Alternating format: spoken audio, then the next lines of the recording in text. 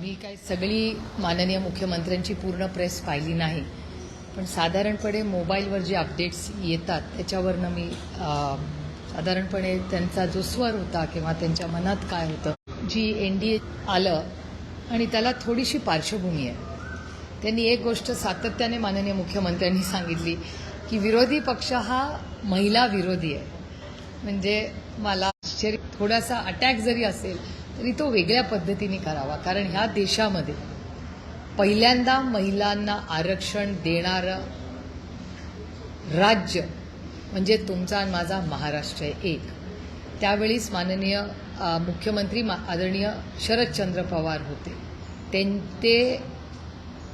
त्यांच्या कॅबिनेटमध्ये आणि त्यावेळीस चर्चेमध्ये अनेक मतभेद झाले, पण आदरणीय पवार साहेबांनी सगळ्यांची मनधरणी करून सगळ्यांना कन्व्हिन्स करून एक मताने या देशामध्ये महिला आरक्षणाचं बिल आदरणीय पवार साहेबांनी आणलं आणि इम्प्लिमेंट देखील केलं. मागच्या आठवड्यामध्ये या बऱ्याचशा भारतीय जनता पक्षाच्या त्यांच्या आणि मित्र पक्षाच्या अनेक महिला आपल्या लॉबीमध्ये भेटल्या, कारण का त्या बॅल्कनीमध्ये ही सगळी प्रक्रिया बघायला आल्या होत्या. आणि त्यातली प्रत्येक महिला मला म्हणाली की आम्ही आदरणीय पवार साहेबांचे मनपूर्वक आभार मानतो की त्यांच्यामुळे आम्हाला संधी मिळाली, आम्ही निर्णय प्रक्रियेत आलो. हा पहिला मुद्दा. दुसरा मुद्दा, एक गैरसमज सगळ्यांचाच झालेला आहे आणि मी खूप विनम्रपणे हे बोलू इच्छिते की थोडंसं कन्फ्युजन हे काही लोकांच्या मनात झालेलं दिसतंय मला, आणि हे मी खूप विनम्रपणे म्हणते की ज्या नारी शक्ती वंदन अभियानचा जो निर्णय घेतला तो निर्णय 20 सप्टेंबर 2023 मध्ये लोकसभेमध्ये एक मताने पास झालेला आहे. मी रिपीट करते, नारी शक्ती वंदन अभियान 20 सप्टेंबर 2023 मध्ये एक मताने लोकसभेत पास झाला, 21 तारखेला राज्यसभेत पास झाला आणि 28 सप्टेंबर 2023 मध्ये प्रेसिडेंटनी तो नोटिफाय केला. म्हणजे नारी शक्ती वंदन अभियान हे बिल युनॅनिमसली एक मताने पार्लमेंटनी पास केलेलं आहे. त्याची अंमलबजावणी 2024च्या लोकसभेत करणं आम्हाला अपेक्षित होतं. आणि आजही मी विनम्र विनंती करते, जी आम्ही ऑलरेडी पार्लमेंटमध्ये फ्लोअर ऑफ द हाऊसवर केलेली आहे ऑफिशियली पार्लमेंटमध्ये, की ह्या क्षणी तुम्ही ह्याचं इम्प्लिमेंटेशन करा. 543 मधल्या 33% महिलांना आरक्षण तुम्ही लगेच द्या. आम्ही पूर्ण त्याच्यासाठी तयार आहोत. आमचा आग्रह आहे, आज आणि उद्या नाही, कालच हे करायला पाहिजे होतं. त्याच्यामुळे माननीय मुख्यमंत्र्यांना मला खूप विनम्रपणे विचारायचं आहे की जर 2023 मध्ये आम्ही बिल पास केलंय तर आपण आता 2026 मध्ये आहोत. 24, 25, 26 अडीच वर्ष झाले हे बिल पास करून. ह्याची अंमलबजावणी आत्ताच्या तत्कालीन भारत सरकारने का नाही केलेली? त्याच्यानंतर एवढी इलेक्शन झालेल्या बिलावर परत चर्चा कसली? कारण का हे बिल महिला आरक्षणाचं बिल नव्हतंच, हे बिल डिलिमिटेशनचं होतं. त्यामुळे कॉन्स्टिट्यूशन अमेंडमेंट जे करायचं होतं नारी शक्ती 33%च्या आरक्षणाबद्दल, ते आम्ही 3 वर्षापूर्वीच एक मताने केलंय आणि विरोधाचा विषय येतोच कुठे. आणि म्हणणं आहे मुख्यमंत्र्यांचं की याच्यापूर्वी ज्यावेळेला राज्यांमध्ये डिलिमिटेशन झालं होतं, ते डिलिमिटेशन करून त्यांची प्रत्यक्ष अंमलबजावणी करण्याला जवळपास 8 वर्षाचा कालावधी लागला होता. 2023ला जे विधेयक पास झालं, सर्वांमध्ये पास झालेलं होतं, त्याच्या इम्प्लिमेंटेशनसाठी बराच कालावधी लागणार होता.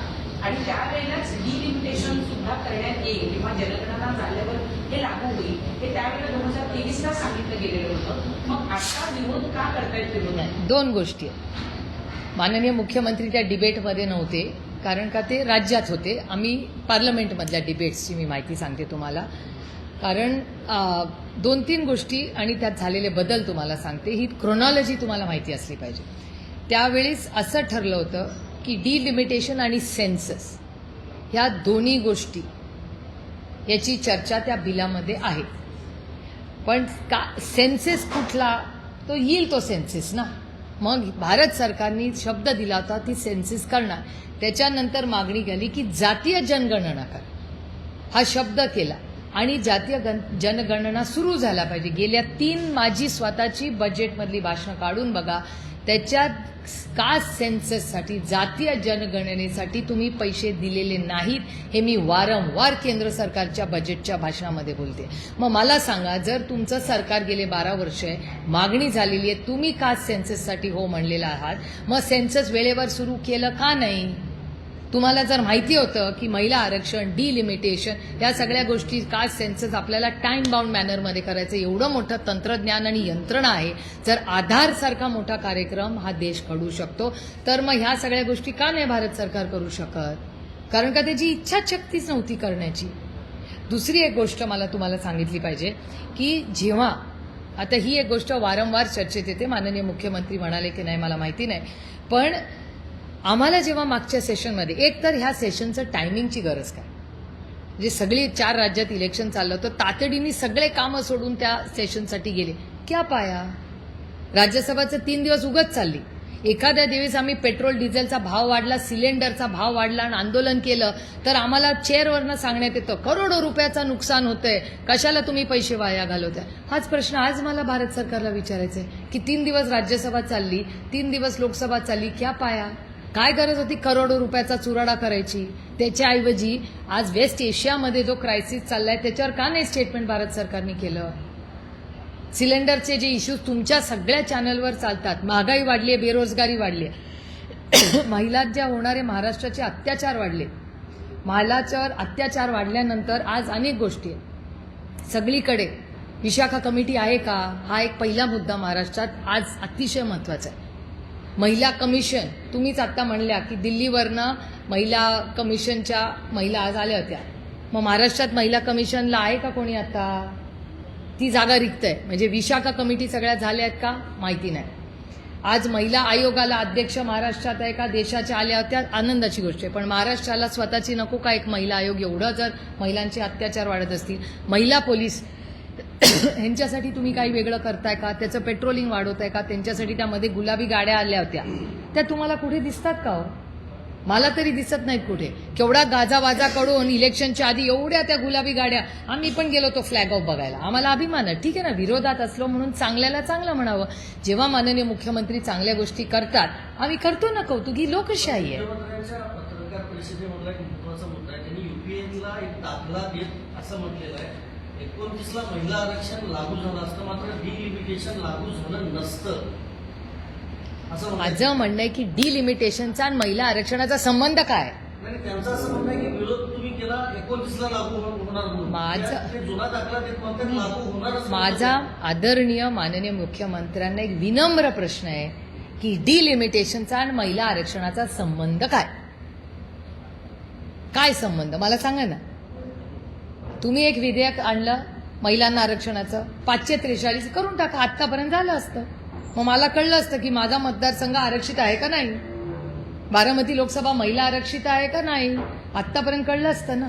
डिलिमिटेशनमध्ये तुम्ही का घालताय? तुम्ही 543चा निर्णय तत्कालीन का नाही घेतला? कोणी थांबवलं या सरकारला? आमची तयारी आहे. आणखीन एक थोडंसं क्रोनॉलॉजीमध्ये तुम्हाला परत मागे नेते.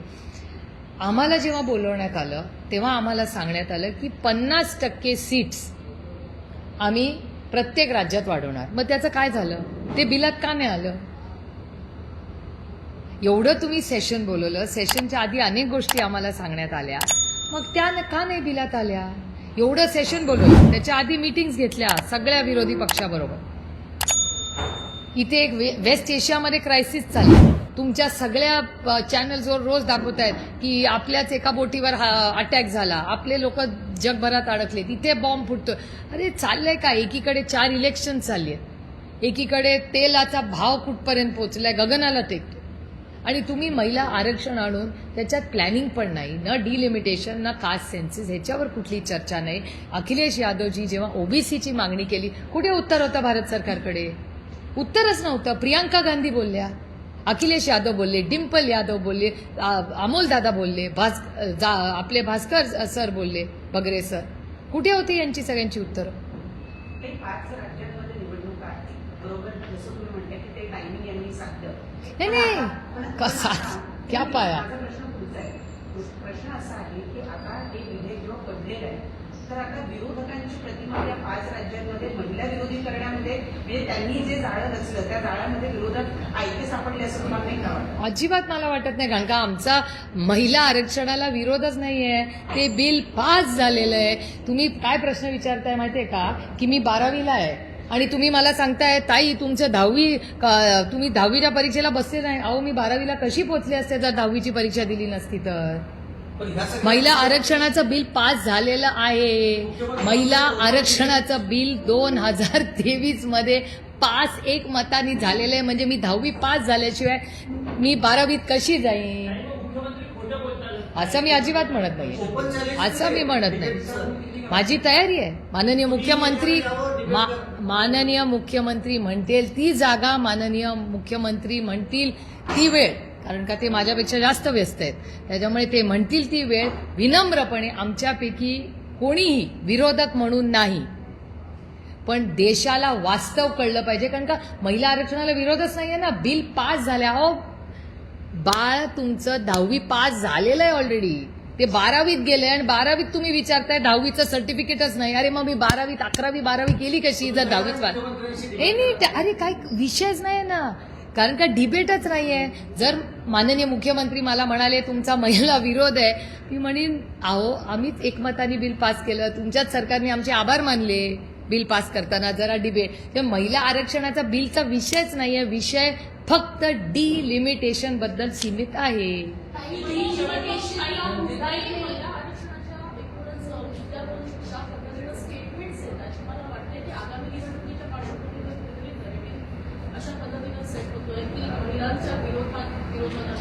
कसे महिला विरोधात सांगा ना मला. अरे नाही कुठलं काय, एवढं जर असतं तर विधेयक पडलं असतं का? एवढी तयारी का नाही केली मग सरकारने? त्यांच्या अलायन्सला विचारा ना, मला कशाला. आणि ऑन रेकॉर्ड नका विचारू, ऑफ रेकॉर्ड विचार. ऑन रेकॉर्ड बोललं ते एजन्सीज एकदम ऍक्टिव्ह होती. हा आंदोलन जनआंदोलन उभारणार सगळ्या महिलांमध्ये या संदर्भात जनजागृती करणार आहेत की कशा पद्धतीनं विरोधकांनी ही एकमताने मला मनापासून आनंद आहे. जर भारतीय जनता पक्ष एक जन आंदोलन उभं करणार असेल तर चांगली गोष्ट आहे. ह्याचा अर्थ लोकशाहीमध्ये टिकते अजून थोडे दिवस. जन आंदोलन उभं करणार असतील तर त्यांनी करावं, गैर काय त्याच्यात. मग म्हणजे एका सत्तेमधल्या पक्षाला विरोधकांच्या विरोधात जन आंदोलन उभं करावं लागतंय. आणि कशावर? म्हणजे जो विषयच नाहीये त्याला जर विषय करायचा असेल तर गुड लक टू देम.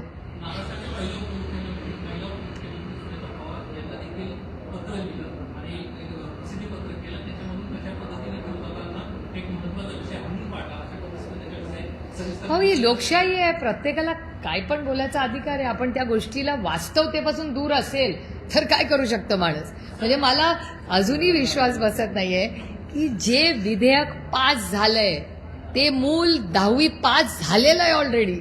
तुम्ही परत कुठे त्या 10वीच्या परीक्षेला बसवताय? जे पास झाले ते झाले ना.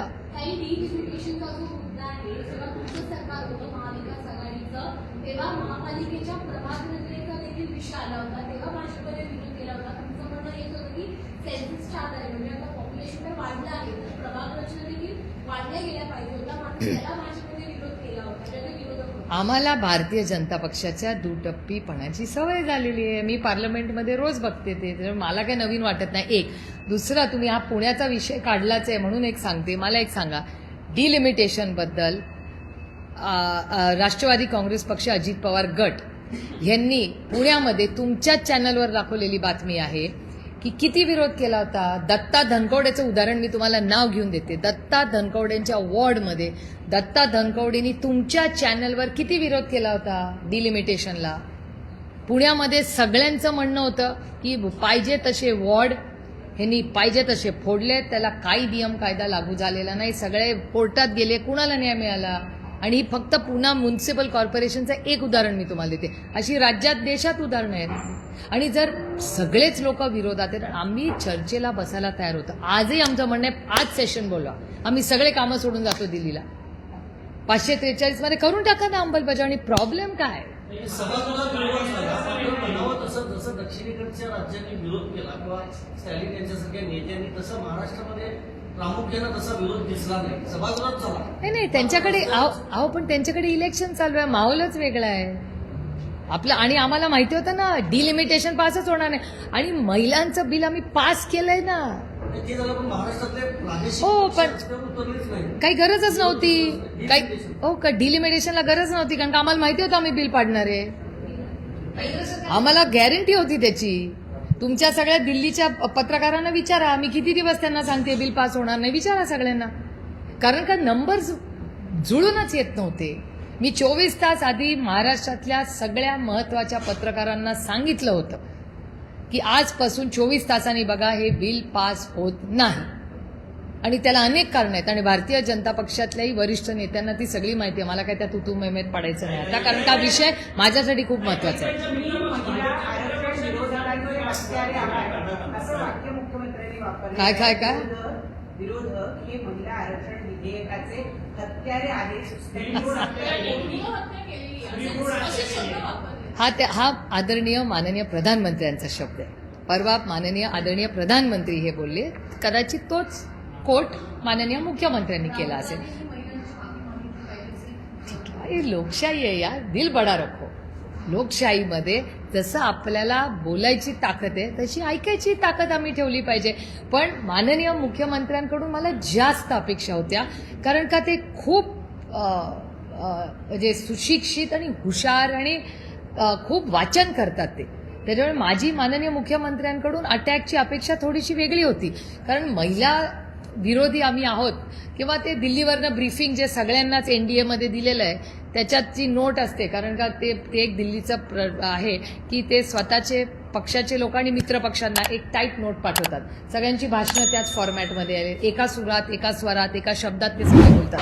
त्यामुळे कदाचित, कारण का मला हे मला माहितीना 2000% माहिती आहे, पण कदाचित दिल्लीवरनं जे नोट्स आले असतील, जे प्रेशर आलं असेल की नाही पक्षाची आता हीच लाईन आहे ती चालवा, त्याच्यामुळे कदाचित त्यांच्यावर हे प्रेशर येऊ शकतं. 70 कोटी महिलांचा विश्वासघात केला आणि जो उत्सव तुम्ही साजरा केला तो महात्मा फुलेंच्या विचारांना तिलांजली देणार होता असं वाक्य कोणीतरी ड्राफ्ट ठीक आहे ना. ते बघा, लोकशाही आहे, आमच्यासाठी लोकशाही, त्याच्यामुळे त्यांचा बोलायचा अधिकार आहे. ते आणखीन एक गोष्ट जी माझ्या फोनवर आली, त्याच्यात ते असं म्हणाले की सगळी महत्वाची पदं ही काँग्रेस पक्षाने कधीच दिलेली नाही महिलांना, असा एक आरोप झाला असं मला वाटतं प्रेसमध्ये. नाही, मी एक लिस्ट तुम्हाला वाचून दाखवते ना. या देशाची पहिली प्रधानमंत्री, prime minister of India Indira Gandhi, महिला. पहिली president of India Mrs Pratibha Patil, Indian National Congress. परत सांगते, prime minister of India first Indira Gandhi, Indian National Congress. President of India first प्रतिभाताई Patil, Indian National Congress. Lok Sabha speaker पहिली Mrs Meera Kumar, Indian National Congress. पहिली महिला मुख्यमंत्री, Indian National Congress, Sucheta Kripalani. पहिली गव्हर्नर महिला, Sarojini Naidu, Indian National Congress. त्याच्यानंतर senior Congress first president of UN general assembly, Indian National Congress, Vijaya Lakshmi Pandit. Prominent role in quit India movement, Aruna Asaf Ali, महिला. थांबा, त्याच्यात अजून एक माहिती देते. First women's president, Indian National Congress, Annie Besant. First Indian woman president, Sarojini Naidu. First woman president after Indian independence, महिला, Indira Gandhi, Indian National Congress. Longest serving महिला president एका पक्षाची, इंडियन नॅशनल काँग्रेस, सोनिया गांधीजी. अजून महिलांची नावं पाहिजे.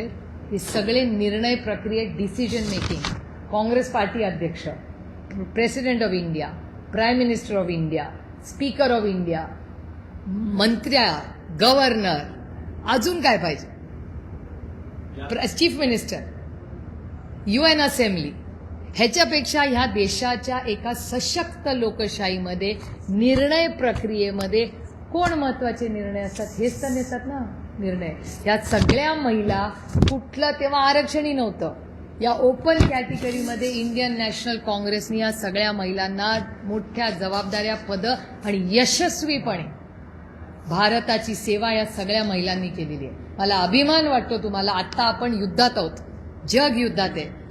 पाकिस्तानचे 2 तुकडे करायची ताकद ही इंडियन नॅशनल काँग्रेसच्या पहिल्या महिला प्रधानमंत्री इंदिरा गांधींनी करून दाखवली. बांगलादेश हा इंदिराजींनीच केला. ही ती महिलांची ताकद आहे. पहिली प्रेसिडेंट ऑफ इंडिया म्हणून देशामध्ये नाही जगामध्ये प्रतिभाताई पाटील महाराष्ट्राची लेक म्हणून तो अभिमान आपल्याला असला पाहिजे. या सगळ्या गोष्टी कदाचित भारतीय जनता पक्षाला सिलेक्टिव्ह ॲम्नेशिया झाला असेल असं होऊ शकतं. त्याच्यात काही गैर नाही. ते राजनीती आहे. एवढ्या सगळ्या गोष्टी चालतात.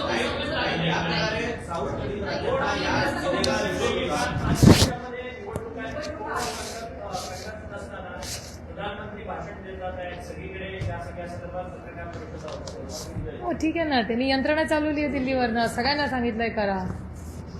ठीक आहे ना, what is wrong with it. लोकशाहीमध्ये थोडंसं आंदोलन वगैरे, आणि मला आनंद एका गोष्टीचा वाटतोय. हां, आणखीन एक माननीय मुख्यमंत्री म्हणले, ते म्हणजे माझ्या फोनवरचं मी सांगते, जे काय पार्ट्समध्ये मी पूर्ण नाही त्यांचं बघितलं, पण 2-4 महत्त्वाचे मुद्दे जे ऐकायला हे महिला प्रक्रिया, मी त्याला डिटेल त्याचं उत्तर तुम्हाला दिलेलं आहे आणि फॅक्च्युअल. माननीय मुख्यमंत्री असं म्हणाले की पक्षामध्ये 33%, आता जर एवढंच भारतीय जनता पक्षाला महिलांना न्याय द्यायचा आहे तर 50% सीट त्यांनी भारतीय जनता पक्षाला पुढच्या लोकसभेत 50% द्या. 33 कशाला, 50% सीट द्यावा. त्याच्यावर माननीय मुख्यमंत्री असं म्हणाले की असं करणं शक्य नाही आहे, कारण तृणमूल काँग्रेस करू शकते, ममता बॅनर्जी करू शकतात, तर भारतीय जनता पक्ष पण करू शकते ना.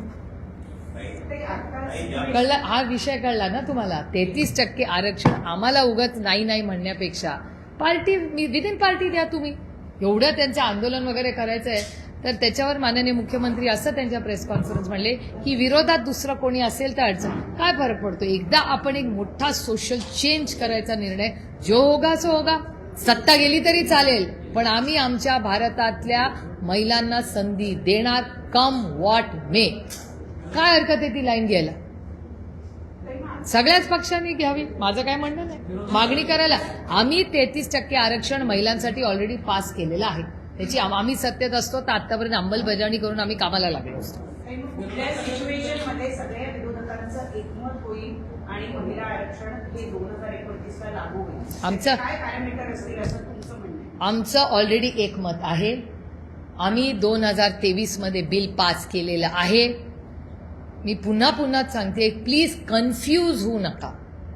सिंपल आहे. मूल 12वीत आहे, तुम्ही 10वी पास झालं का नाही प्रश्न विचारताय. 10वी पास झाल्याशिवाय मूल 12वीत जाणार कसं. तसंच 2023 आम्ही महिला आरक्षण बिल एकमताने आम्ही सगळ्यांनी हे पास केलेलं आहे. अंमलबजावणी करायचा अधिकार हा सरकार आणि इलेक्शन कमिशनचा असतो. त्यांनी तो तातडीने करावा. आम्ही त्या दिवशीही विनंती केली होती, आज नोटिफाय करून 543 करून टाका. It's already done. का सरकार निर्णय घेत नाही मला कळत नाहीये.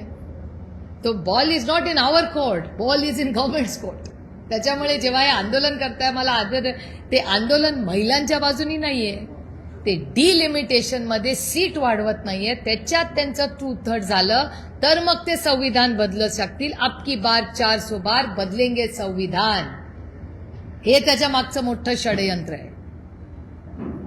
त्या सीट्स वाढवण्याच्या मागचं हे षडयंत्र आहे. ह्याच्यात आमच्या बिचाऱ्या कष्ट करणाऱ्या, मेरिटवर असणाऱ्या महिला आरक्षणाच्या बिलचा काही संबंध नाही, कारण का ते बिल ऑलरेडी पास झाले.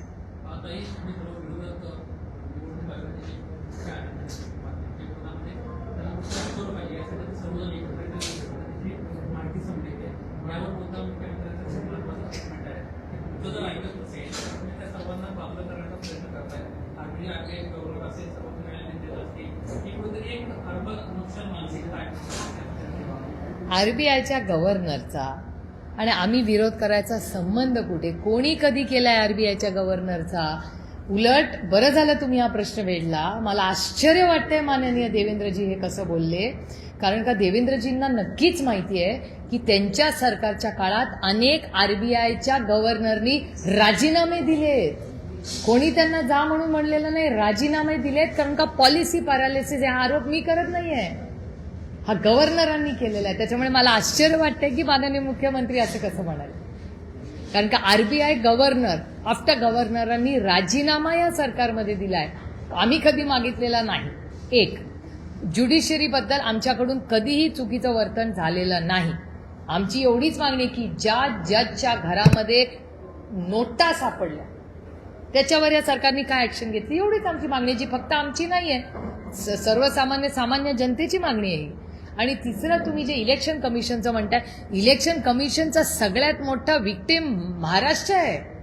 ज्या पद्धतीने 2 पक्ष फोडले, कागदपत्र आमच्या बाजूनी असताना, बाळासाहेब ठाकरे हयात असताना ज्या पक्षाची स्थापना त्यांनी केली, हयात असताना, माझ्यानंतर हा पक्ष उद्धव बाळासाहेब ठाकरे बघणार हे त्यांनी सांगितलेलं असताना, उद्धवजींना त्या पदावर बसवून बाळासाहेब जायच्या आधी हा निर्णय झालेला असताना, ज्या पद्धतीने तो पक्ष उद्धवजींकडून काढून घेतला, ती केस मी पाहिली ना. आणि आमचंच बघा ना, आदरणीय पवार साहेब स्वतः संस्थापक आहेत, सगळे कागदपत्र आमच्या बाजूने, असं असतानाही राष्ट्रवादी काँग्रेस पक्षाची विभाजणी केली, 2 पक्ष केले. 2 पक्ष करत असताना चिन्ह त्यांना, ज्यांनी पक्षांनी स्थापना केली त्याला रस्त्यावर टाकला, त्याला काही देणार नाही सांगितलं, त्याला कोर्टात उभं केलं, काढून टाकलं. 80 वर्षाच्या माणसाला सांगितलं नाही तुमने कुछ नहीं किया, त्यांना पक्षातून काढून टाकलं, त्यांना लीगल नोटिसेस पाठवल्या, त्यांच्याकडून ज्या माणसांनी स्थापन केला पक्ष त्याला हद्दपार केलं. ही कुठली लोकशाही? मग राज ठाकरेंनी केलेलं जास्त योग्य नाही का? त्यांचं नाही पटलं, त्यांनी पक्ष काढला, वेगळी लाईन घेतली, ठीक आहे ना. पण इलेक्शन कमिशनमध्ये आम्हाला न्याय मिळाला का? मला सोडा, ज्या माणसांनी उभं 6 दशक या महाराष्ट्रात आणि देशात काम केलं, त्या शरद पवारांना इलेक्शन कमिशननी न्याय दिला का? 80व्या वर्षा माणसांनी शून्यातून विश्व उभं केलं. त्यांचा कोण काका मामा आमच्यासारखा नव्हता. ते परिवारवाद नाहीत. आम्ही सगळे, दादा आणि मी परिवारवाद आहे. आणि मी दादा असतानाही म्हणायचे की दादा आणि मी परिवारवादचे प्रोडक्ट्स आहोत. पण शरद पवार इज नॉट परिवारवाद. शरद पवारांनी शून्यातून विश्व उभं केलं आणि शून्यातून विश्व उभं केलं आणि त्याच 80 वर्षाच्या योद्ध्याला यांनी पक्षातून काढलं, नोटिसेस पाठवल्या. का नाही आम्ही इलेक्शन कमिशनचा विरोध करणार? आम्हाला न्यायच नाही मिळाला. कारण आम्ही कोर्टात, आजही आमची केस चालली आहे. आमची कुठली व्यक्तीबरोबर लढाई नाहीये. आज आमच्याकडून पक्ष काढला, उद्या त्यांच्याकडून काढतील. हा अन्याय आमच्यावर झाला तो कुणावर होऊ नये तेवढ्यासाठीच सीमित आमची लढाई.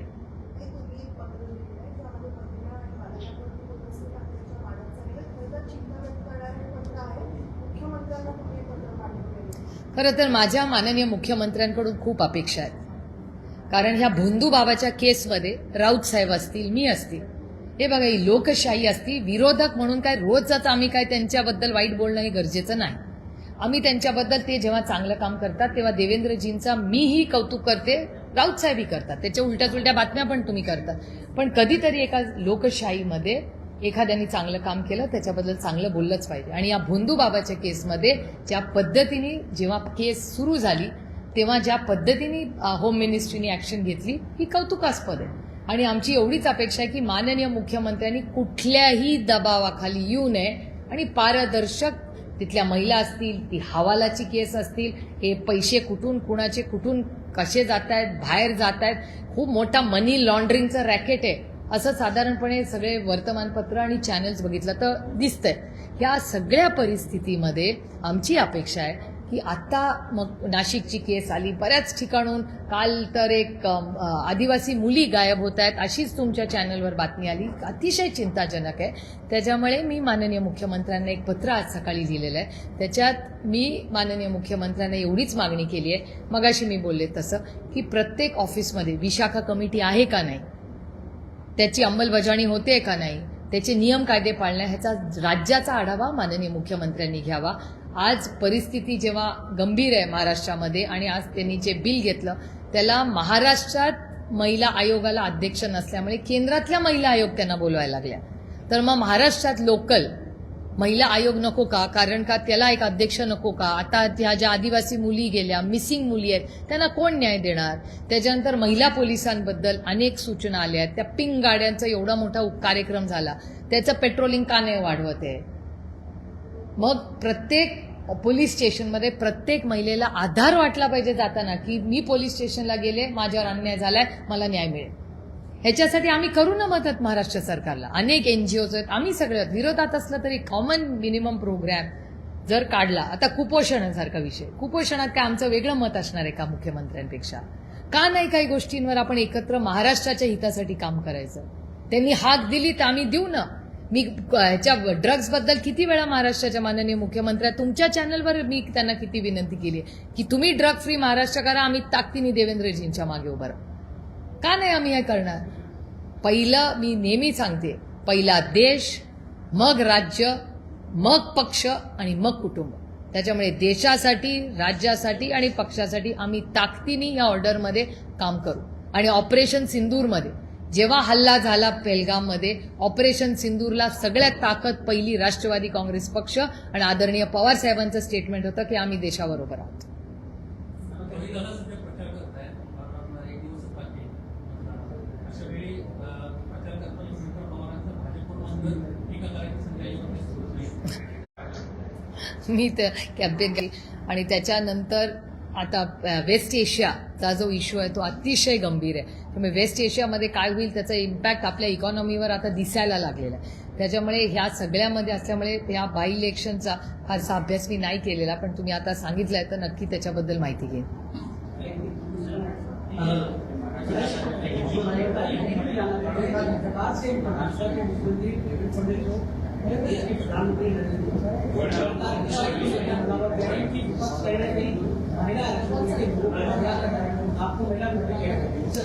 मुझे आश्चर्य लगा क्योंकि महाराष्ट्र के मुख्यमंत्री जी बहुत विद्वान है और उनका अनुभव भी बहुत ज़्यादा है. तो मुझे आश्चर्य लगा उनका स्टेटमेंट देख के, क्योंकि महिला विधेयक ये 2023 में पास हो चुका है, उसको सिर्फ इम्प्लीमेंट करना है. ये बिल महिलाओं का नहीं था, ये डिलिमिटेशन का था, क्योंकि महिला आरक्षण का बिल 2023 में पास हो चुका है. वो 24 में भी कर सकते थे आरक्षण, आज भी कर सकते, किसने रोका है? हमने डिबेट में भी कहा कि आज भी आप इम्प्लीमेंटेशन करना चाहते तो हम रात देर तक यहाँ बैठने के लिए तैयार है, चलिए. और हमने तो एक मत में पास किया 2024 में, हम भैया 26 में बैठे हुए. इसका जवाब सरकार को ही पूछना पड़ेगा. नहीं, ओवरऑल उन्होंने जो वायदे हमें पहले किए थे, पिछला जो सेशन हुआ उसमें जो बात हुई थी महिला आरक्षण के बारे में या सीट बढ़ाने के बारे में, वो कुछ बिल में था ही नहीं. तो सरकार कह कुछ रही थी और बिल में कुछ और ही लाया उन्होंने. तो ऐसे कैसे चलेगा?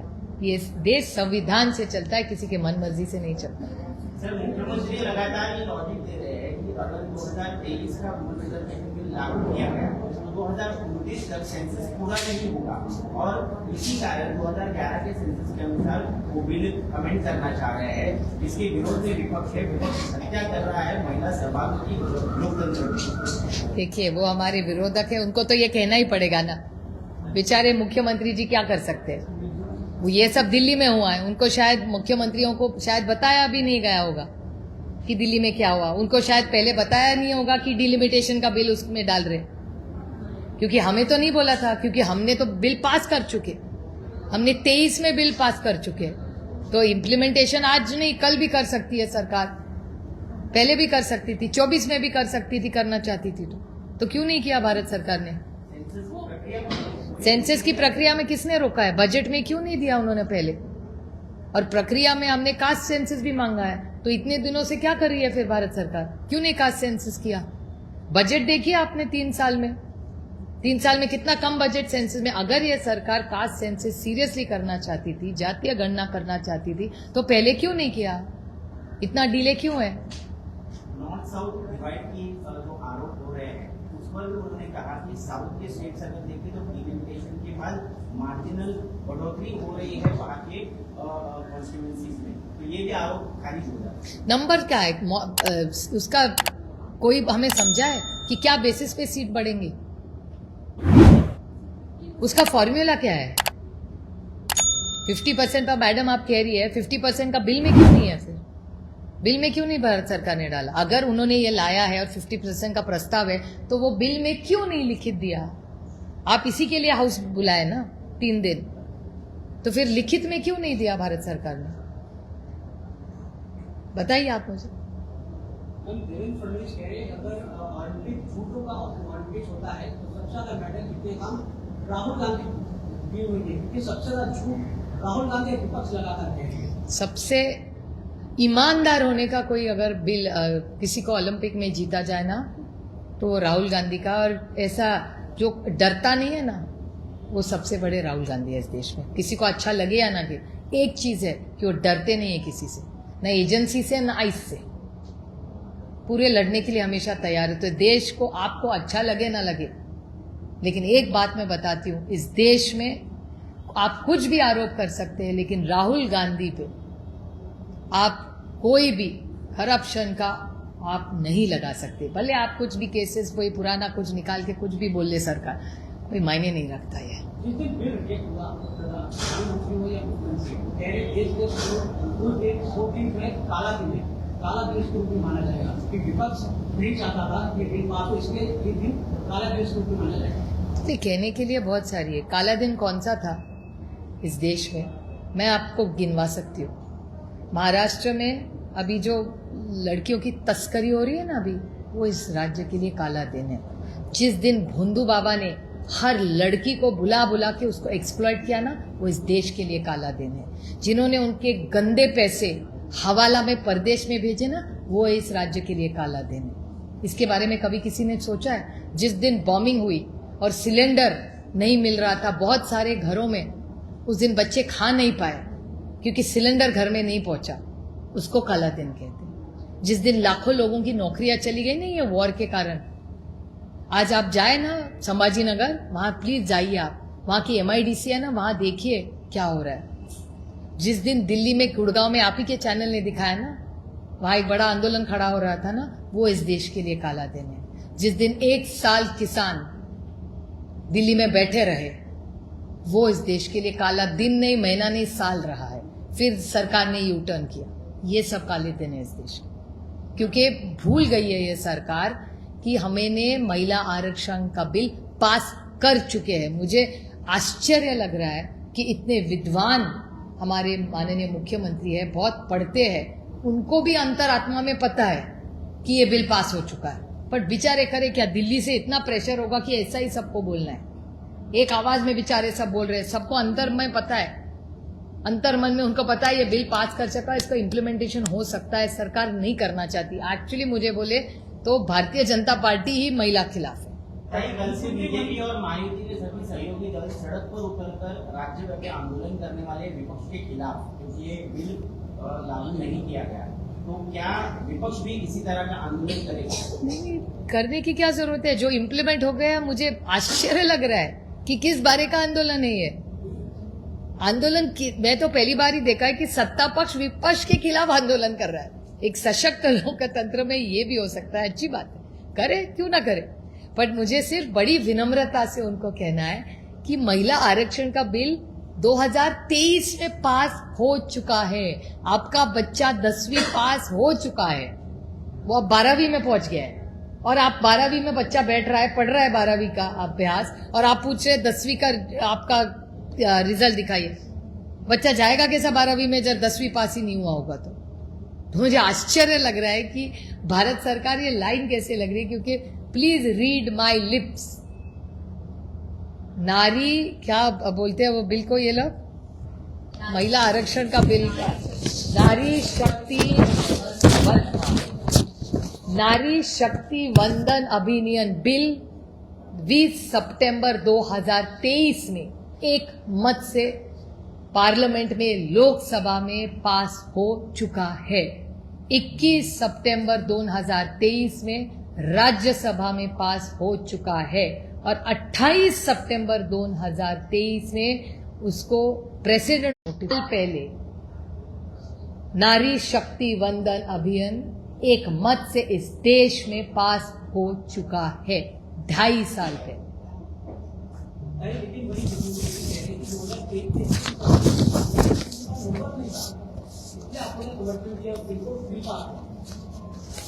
एक मत से हुआ ना, विरोध तो कर सकते थे ना, किसने रोका था? आप सोचिए, थोड़ा थोड़ा आप क्रोनोलॉजी देखिए। इस देश में पहला आरक्षण कौन से राज्य ने दिया? वो जिस राज्य में आप बैठे ना, महाराष्ट्र ने दिया। कांग्रेस की सरकार थी और एक मत से वो बिल पास हुआ था। आदरणीय शरद चंद्र पवार राज्य के मुख्यमंत्री थे, तब 2 पार्टियां नहीं थी, एक ही कांग्रेस थी, इंडियन नेशनल कांग्रेस कि सरकार ने महाराष्ट्र में ये बिल पास किया हुआ है।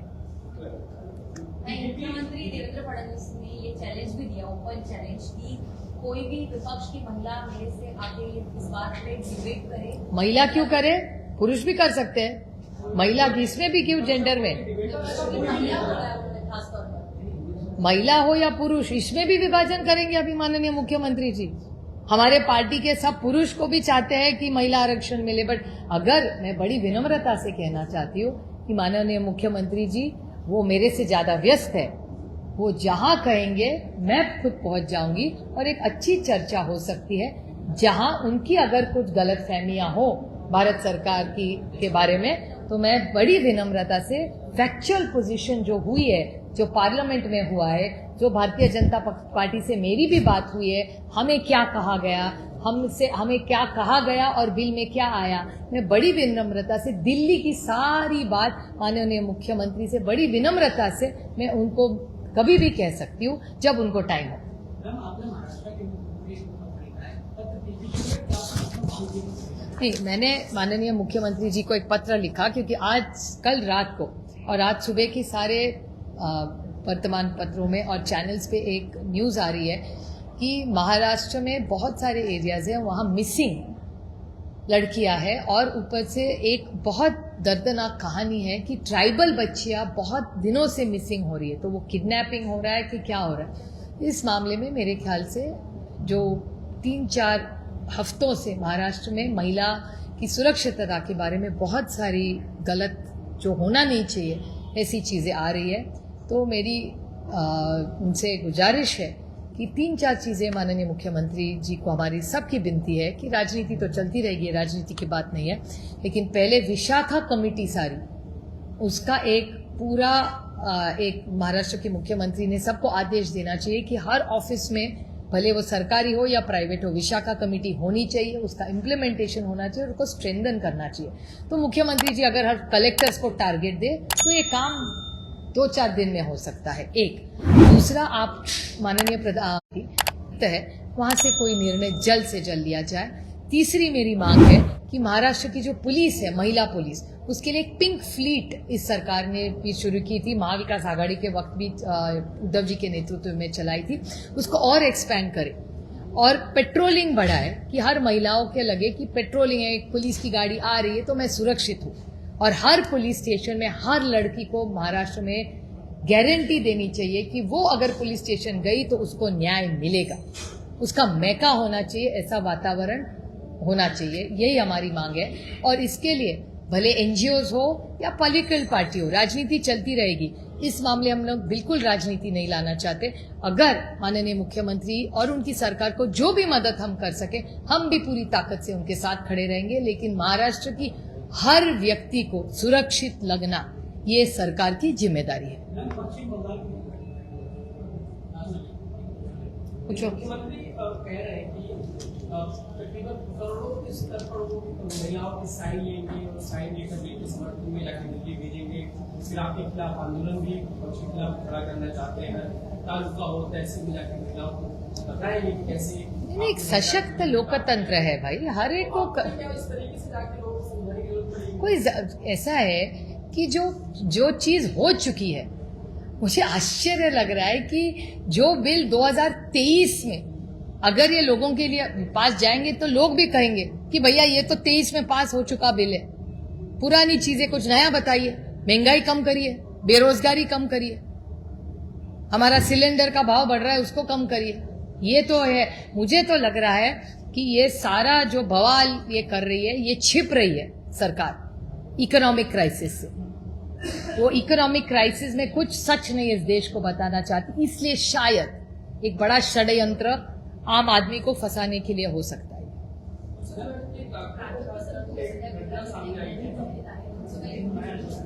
नाही, माझा अनेक दिवस, मी प्राजक्ता तनपुरेंची अनेक वेळा बोललेले आहे, त्यांच्याशी माझं मागच्या आठवड्यातही बोलणं झालं होतं, तेव्हा त्यांनी मला असं सांगितलं होतं की ते इलेक्शन आता लढू इच्छित नाही आणि कार्यकर्त्यांचं त्यांचं काही चर्चा झाली तर आत्ता मी लढणार नाही असं त्यांनी मला सांगितलं होतं।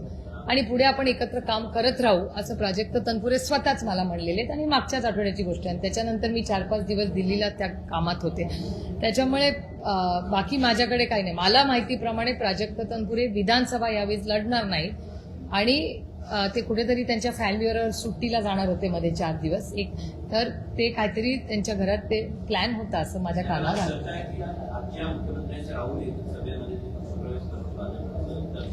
शक्य असेल, मला तरी काही ते बोललेले नाही आहेत तसं. आणि प्राजक्त तनपुरेंबरोबर मी अनेक वर्ष एकत्र काम केलेलं आहे. मागच्या आठवड्यात मी स्वतः त्यांच्याशी बोललेली आहे आणि त्याच्यामुळे त्याची माहिती मला तरी नाही ते जाणार असतील.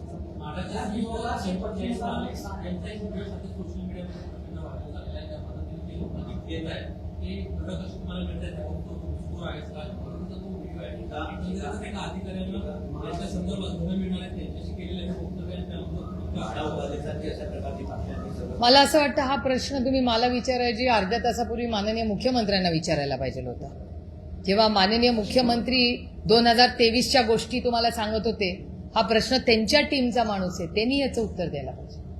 कारण का हे माननीय मुख्यमंत्र्यांनी, त्याच्यामुळे तुम्ही मला जो प्रश्न विचारलाय तो मी तुमच्या माध्यमातून माननीय मुख्यमंत्र्यांना विनम्र विनंती करते की असं हे व्हिडिओ एक व्हायरल आलेला आहे, तर तुम्ही त्याचं कृपा करून स्पष्टीकरण द्यावं.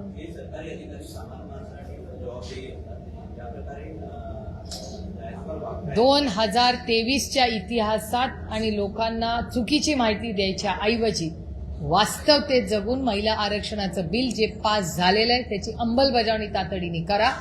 आणि जयस्वालजी जे बोलता आहेत तो व्हिडिओ माननीय मुख्यमंत्र्यांच्या एफिशियंट ऑफिसनी नक्कीच त्यांना दाखवला असेल तर त्याच्यावर त्यांनी काहीतरी ऍक्शन तातडीने घेतली पाहिजे, एवढी आमची अपेक्षा. Go ahead. Don't get bullied by others.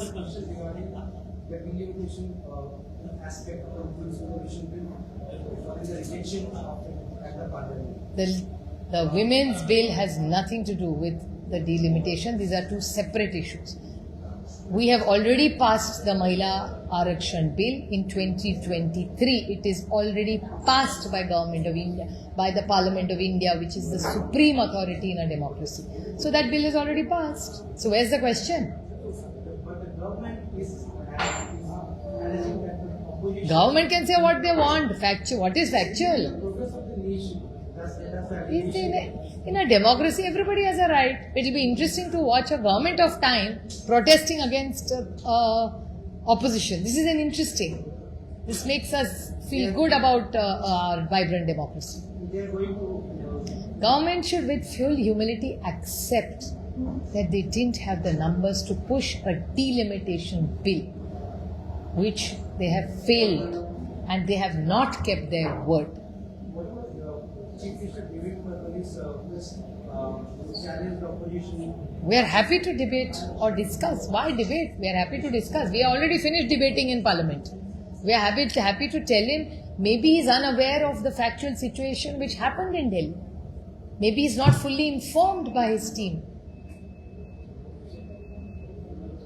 If given a chance from the party, Anybody he wants, a place he wants, a time he wants. With full humility, we will be happy to brief him on what happened in Delhi.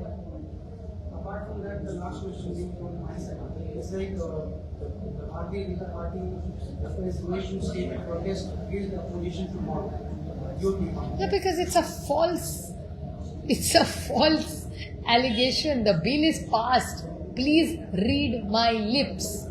The Mahila Arakshan bill is passed in Indian Parliament on 20th of September 2023 in Lok Sabha. It's passed in Rajya Sabha on 21st of September 2023 and it's notified by the President of India on 28th of September 2023.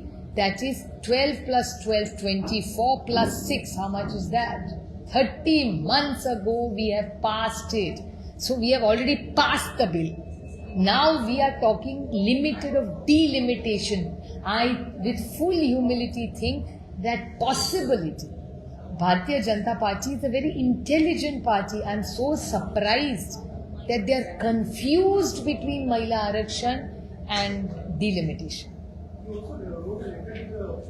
I have written a letter to the Honorable Chief Minister because crime against women has gone up and it's very, very alarming. The number of missing women in Maharashtra is escalating. Tribal girls there's a huge exploitation. So I think it's very alarming and the Chief Minister of Maharashtra needs to step in.